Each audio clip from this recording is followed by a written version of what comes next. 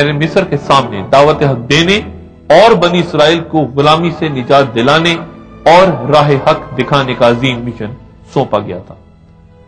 فرعون کے لیے یہ امر ناقابل برداشت تھا کہ وہ موسیٰ جو اس ہی کے محل میں پرورش پاتا رہا اور اس کا ممکنہ جانشین بھی تھا، اس سے اس طرح مخاطب ہو۔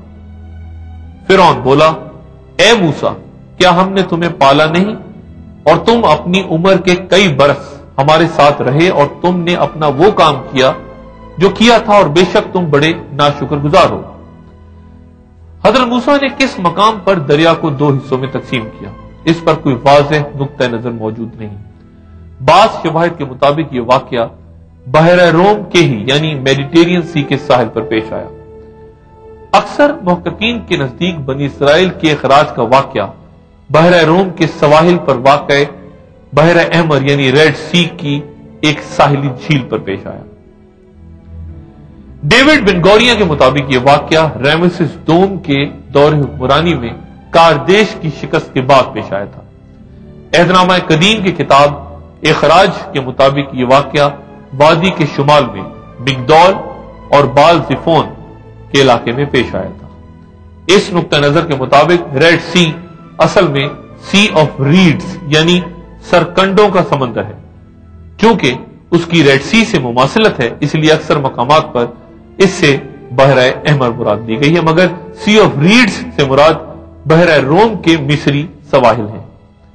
جب حضرت موسیٰ علیہ السلام مصر سے بنی اسرائیل کے ہمراہ روانہ ہوئے تو فرعون کے لیے یہ امر ناگوار تھا کہ بنی اسرائیل اس کی اجازت کے بغیر حضرت موسیٰ کے ہمراہ روانہ ہو جائیں۔ وہ اپنے لشکر کے ہمراہ تعاقب کے لیے نکل پڑا۔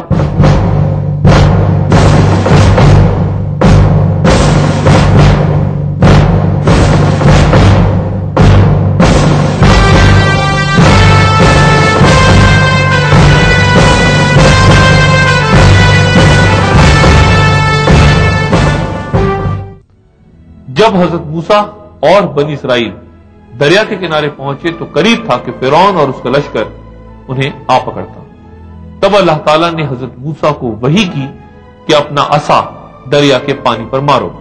اس پر دریا دو حصوں میں تقسیم ہو گیا اور ہم نے بنی اسرائیل کو دریا کے پار کر دیا۔ پھر فرعون اور اس کے لشکر نے بڑی سرکشی اور ظالمانہ انداز میں ان کا پیچھا کیا۔ جس وقت یہ عظیم واقعہ رونما ہوا تو فرعون کو سمجھ لینا چاہیے تھا کہ یہ معجزہ عام انسان کے بس کی بات نہیں اور اس میں اللہ تعالیٰ کی قدرت کار فرما ہے، اور وہی لوگ جنہیں ہلاک کرنے کے لیے فرعون تعاقب میں تھا انہیں دریا رستہ دے رہا تھا۔ فرعون اور اس کے لشکر کی فہم و فراست یوں معطل ہو گئی کہ وہ بنی اسرائیل کے تعاقب میں دریا میں اتر گئے۔ جب فرعون ڈوبنے لگا تو بولا کہ میں ایمان لایا کہ اس کے سوا جس پر بنی اسرائیل ایمان لائے کوئی معبود نہیں، اور میں فرما برداروں میں شامل ہوتا ہوں۔ آخری لمحے میں ایمان کو اللہ نے قبول نہیں کیا۔ اب ایمان کا دعویٰ اور اس سے قبل نافرمانی پہ تلا رہا اور تو ہمیشہ مفسدوں میں رہا۔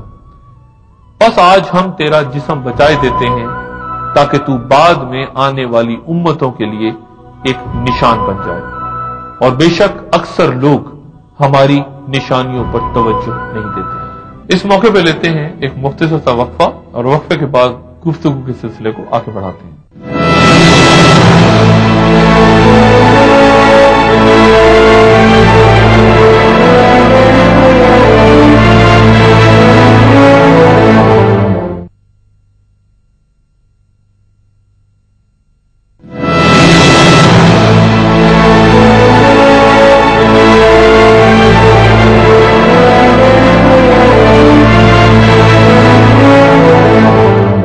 قرآن کریم میں تباہ و برباد کی گئی ایک اور قوم عاد کا بھی ذکر ہے جن کی طرف حضرت ہود علیہ السلام کو بھیجا گیا تھا۔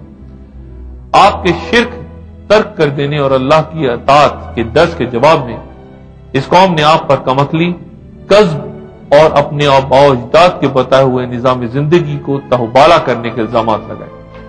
قرآن مجید میں حضرت ہود علیہ السلام کی دعوت حق اور آپ کی قوم کا رد عمل یوں بیان ہوا ہے، اور قوم عاد کی طرف ہم نے ان کے بھائی ہود کو بھیجا۔ انہوں نے کہا، اے میری قوم، تم صرف اللہ ہی کی عبادت کرو، اس کے سوا تمہارا کوئی معبود نہیں، یہ تمہارا محض اللہ پر بہتان باندھنا ہے۔ اے میری قوم، میں